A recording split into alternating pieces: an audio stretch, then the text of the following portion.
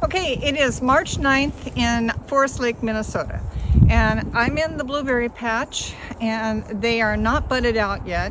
It's really early, but we've had a very warm spring. So I'm going to take advantage of that and make sure that it's all weeded and pruned before it buds out.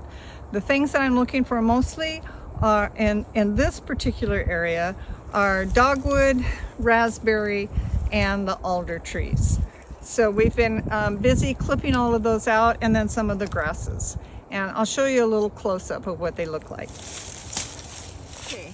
I like to use these big clippers because I don't get so cut up on my arms. But you need to get as close to the ground as possible. Get the raspberries out. There's a whole bunch of wild raspberries in here. Here's the tree, which are sometimes difficult to tell the difference between those and the blueberry branches. So there you go. That's how you prune them and weed them.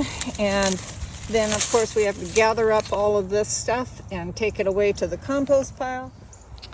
Of course, the problem with having a really warm winter is if things do blossom out before it's time and then we get a cold snap, we will lose the crop. So fingers crossed that we'll have a good year, and this is another part of the blueberry patch that has already been done. We're ahead of the game.